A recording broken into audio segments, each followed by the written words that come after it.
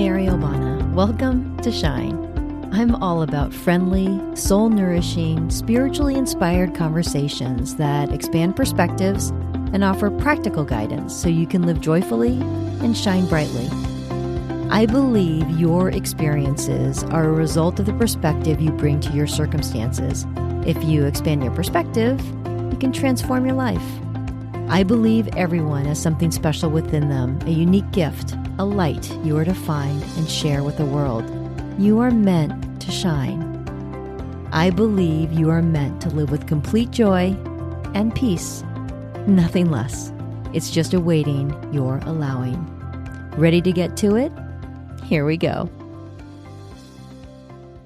Hey there. I'm excited about this episode. Well-being Part 2. Welcome. This episode picks up where episode 30 left off. If you missed the last episode, you might want to listen to it first. You see, recently I completed this course taught by Dr. Laurie Santos at Yale University called The Science of Well-Being. There were so many gems from this course, I just had to share some of the big ones, all in the hopes that they can bring more well-being into your life. So in the last episode, we talked about how we have many misconceptions about the things we think will bring us joy and fulfillment.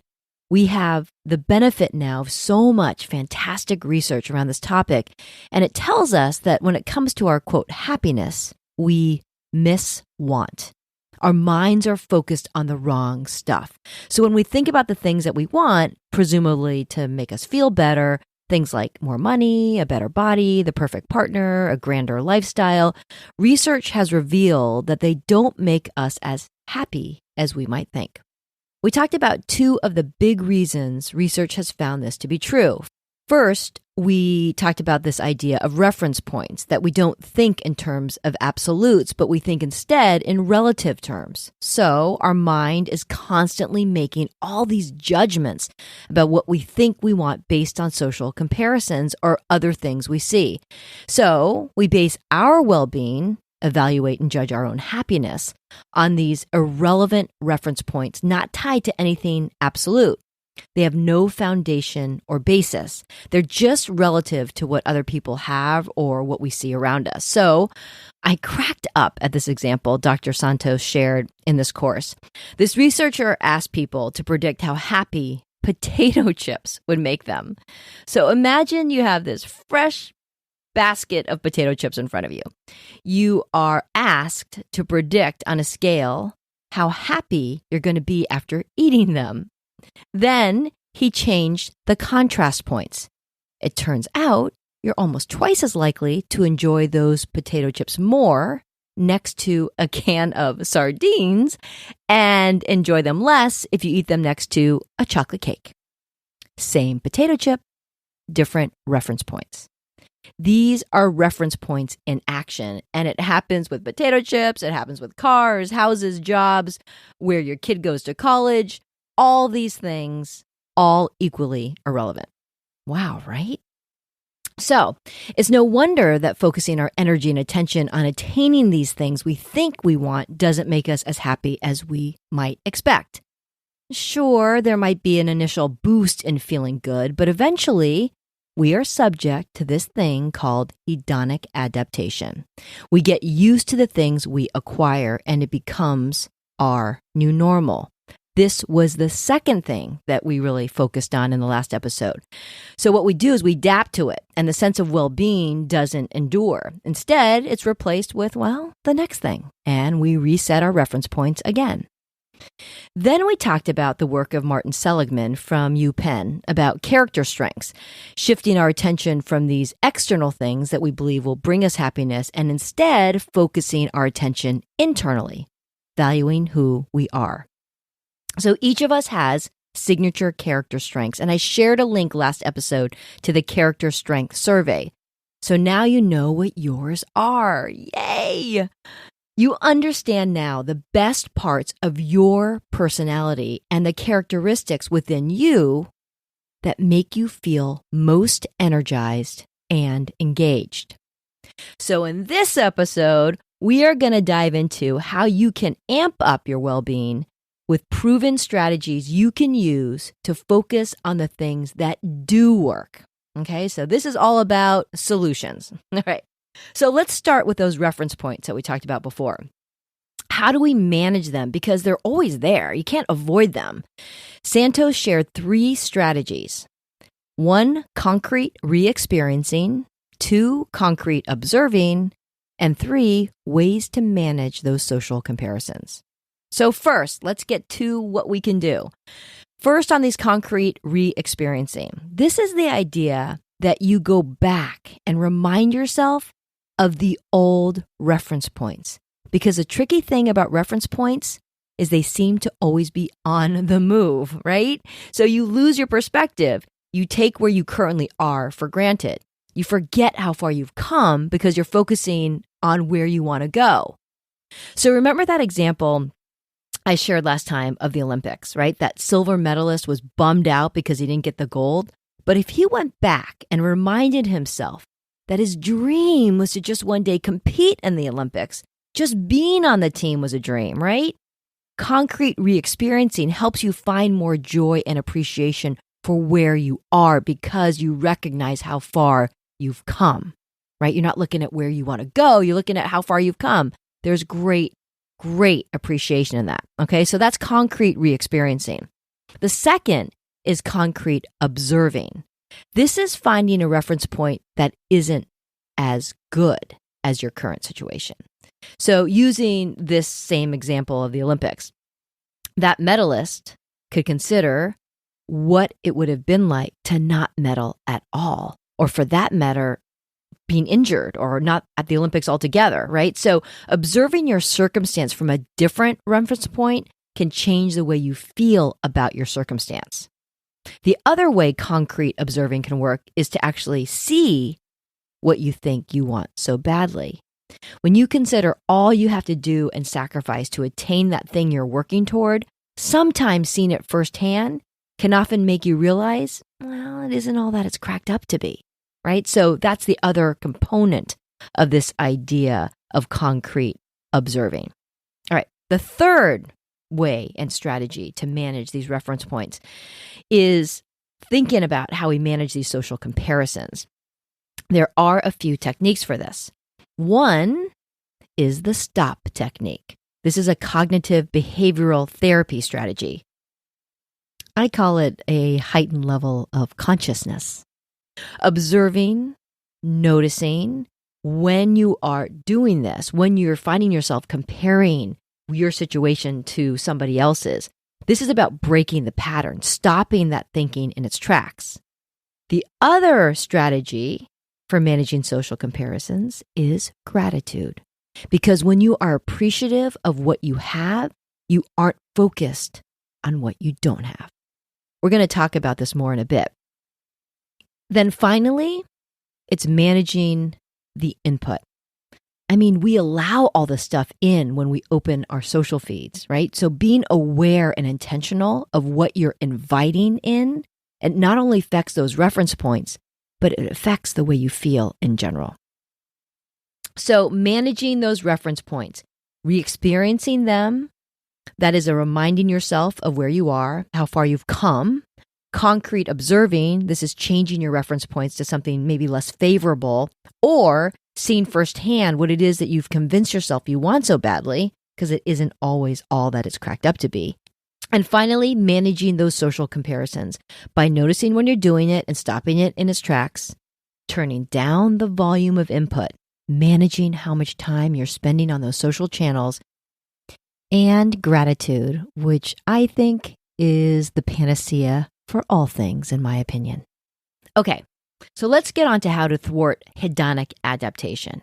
Remember, hedonic adaptation is a process of becoming accustomed to things. Those things we work so hard to acquire because we think they're going to make us happy. Well, once we get them, we get used to them, and their contribution to our happiness fades. We adapt, and pretty quickly it turns out. This has been shown to apply to marriage, getting a great job, getting lots of money, getting into the college of your dreams, buying all this stuff, right? So let's start with all that stuff first. The worst culprit of our hedonic adaptation? things. Yep, because they stick around.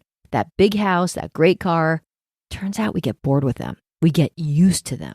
The longer they last, the more time we have to get used to them being around. So what are we to do?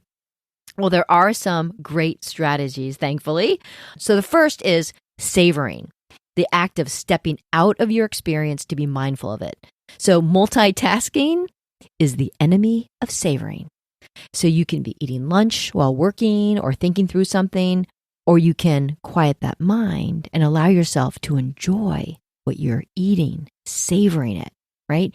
You can be checking your email, for instance, while your daughter's playing with her friends in the park, or you can watch her taking it all in, all that laughter and joy she's experiencing, and just let that wash over you, right? And to get even more benefit, if you share that experience with someone, how good it made you feel, how much you enjoyed it, all the better.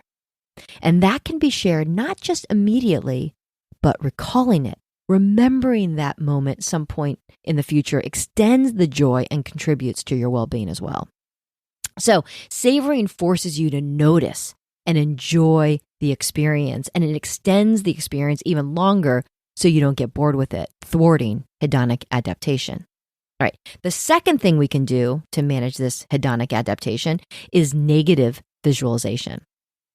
So the best example of this is that movie. Have you ever seen It's a Wonderful Life? Of course you have. Everyone's seen that. Where George Bailey, played by Jimmy Stewart, sees what it would have been like if he didn't exist. What would it have been like if something didn't happen? So researchers tested this with couples. The first group of couples was asked to write for 15 minutes about how they might never have met their partner. The second group of couples was the control group. They were asked simply to write about how they met. The happiness rating was an entire point higher for the couples that contemplated how their relationship might not have been. Okay, similarly, thinking about losing something also works in a related way. The idea that you don't realize how important something is until you no longer have it. So thinking about something being gone is also an effective way to pop yourself out of hedonic adaptation. I think of hedonic adaptation as the state where you take things for granted. We just get used to things, even people we love. Okay, and one of the most powerful ways of thwarting hedonic adaptation is gratitude, being appreciative of the things you have, feeling a genuine sense of thankfulness. Emmons and McCullough, these researchers, did this famous study trying to understand this. They wanted to understand if gratitude actually correlated to your sense of well-being.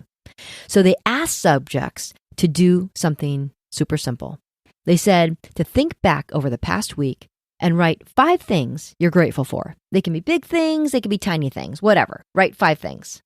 They asked separate subjects to list 5 things that were hassles over the past week. And the third and final group was a control group, and they just asked them to write 5 things that happened the past week without any prompts about whether they were good or bad, just whatever, what happened this week. So this was the result. After doing this just once, so for 1 week, after 1 week, they were asked just once to write this list of 5 things. This is how the simple exercise affected their well-being. When comparing these 3 groups, the group that made the gratitude list rated higher in terms of thinking their life as a whole was going better. They were more optimistic about how the upcoming week was going to go. And interestingly, those that were sick or had something bothering them physically reported fewer symptoms when feeling grateful. This gratitude group also reported participating in almost a full hour more of exercise just for feeling grateful. That's something, huh? So gratitude has far-reaching effects in all parts of our life. Then there was a study where Seligman orchestrated a gratitude visit. He asked subjects, in the next week, write a letter of gratitude to someone who has helped you or has been especially kind to you, but who has never properly been thanked. Then deliver that letter in person. The letter didn't need to be elaborate. It could have been just a simple thank you. But this is what he found. Reported happiness increased 50% immediately following the test.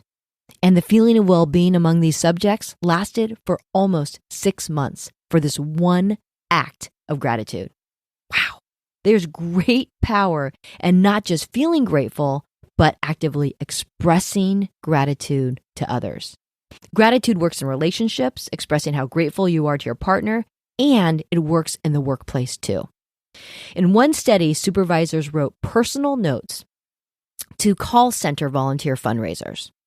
The supervisor thanked them in a personal note for their hard work, and the result, those that received the note stayed longer. Remember, this is volunteer call center, right?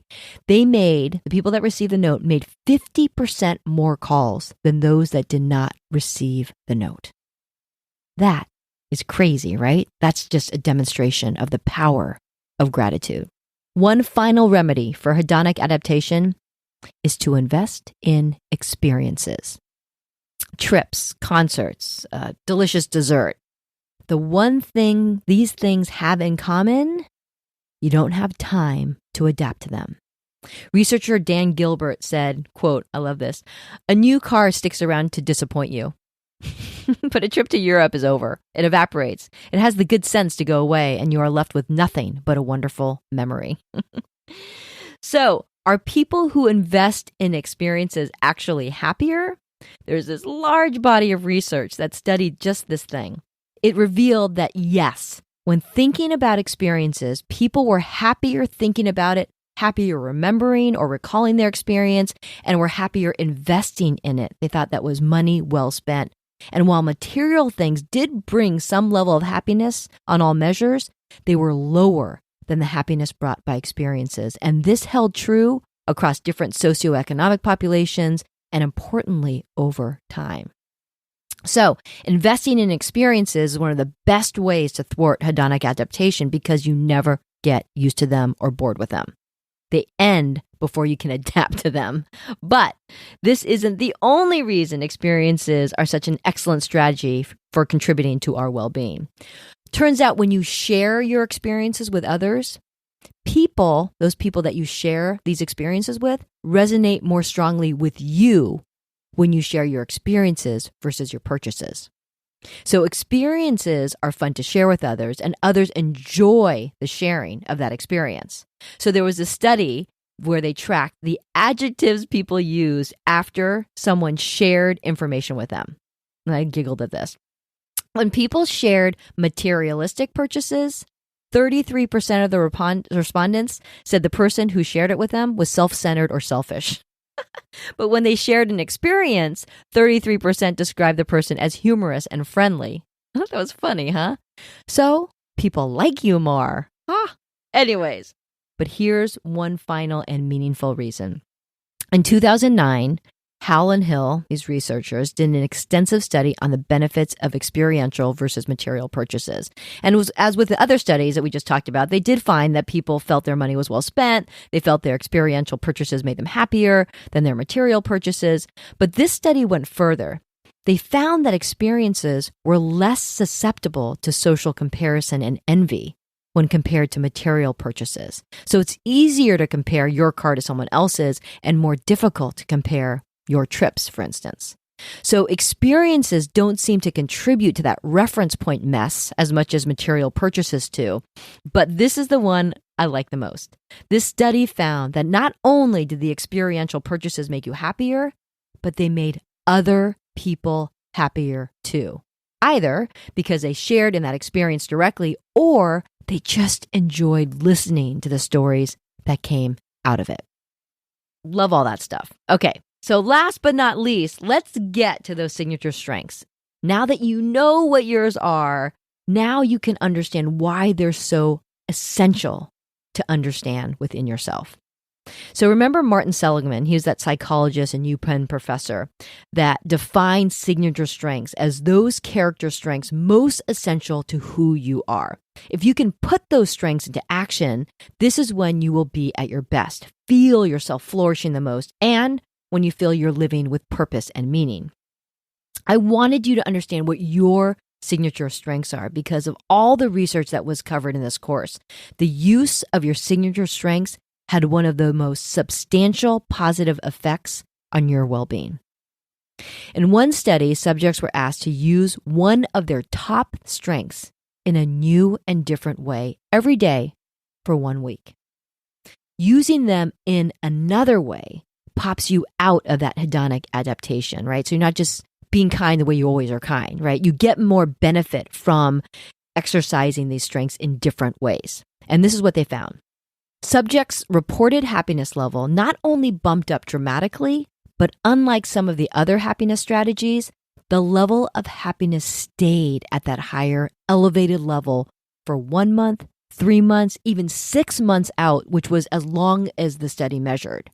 But even more astounding, when looking at depressive symptoms, the results were even more dramatic on subjective well-being. Putting signature strengths into action significantly reduced feeling depressed. Again, 1 week, 1 month, 3 months, even 6 months out for as long as the study measured. And the reported incidence of depressive symptoms remained at that low level throughout the entire testing period. That's pretty crazy, I thought. So, given the powerful effect of signature strengths on our well-being, what would that mean if we applied that understanding of our signature strengths in other ways, like, for instance, to our work? So another set of researchers explored this very question. They did an extensive study asking subjects to take the strengths test, and then they asked these workers if they used their strengths at work, and if so, which ones. Then they measured job satisfaction, productivity, and positive affect. They found that those who used their strengths at work had a far higher correlation to positive emotions at work, which resulted in them having higher productivity and feeling a far greater job satisfaction level. So intentionally using these strengths makes your job more enjoyable. When we think about what we do for our work, all the time we spend there, right? If salary increases aren't what contributes to our well-being, and we learned this in the last episode, then what does? What does contribute to our sense of happiness, which is a pleasant life, an engaged life, a meaningful life? I think about this particularly as it relates to my son as he enters these new chapters in his life. This was a study I found really intriguing. So Harzer and Roosh, these researchers, wondered what makes people think that their job is a calling. I thought that was an awesome question. They learned that as the number of strengths you use increases, so too do reports of positive affect, with the sweet spot being 4. So if you can use 4 of your top 7 signature strengths, you get an outsized boost in your well-being, and you are likely to think of your job as a true calling filled with meaning and purpose. Who doesn't want that? Now that you know your signature strengths, you can find ways to put them to use. And why wouldn't you? If you want to optimize your well-being, put those signature strengths to use. And when it comes to finding a vocation or a job, think about those that will allow you to use your signature strengths. And deliberately taking this into consideration as you're making these choices will make all the difference. You not only will perform at your best, you will find more enjoyment and fulfillment in what you are doing and how you are spending your time. Now, I promised I would share what the results were of my character strength survey. So here they are, in order: kindness, love, spirituality, gratitude, fairness, and hope. Yep, I kind of felt like, yeah, that's right on. I am so grateful for the work I'm able to do every day, and I know I am doing exactly what I am meant to do. I know I am exactly where I am meant to be.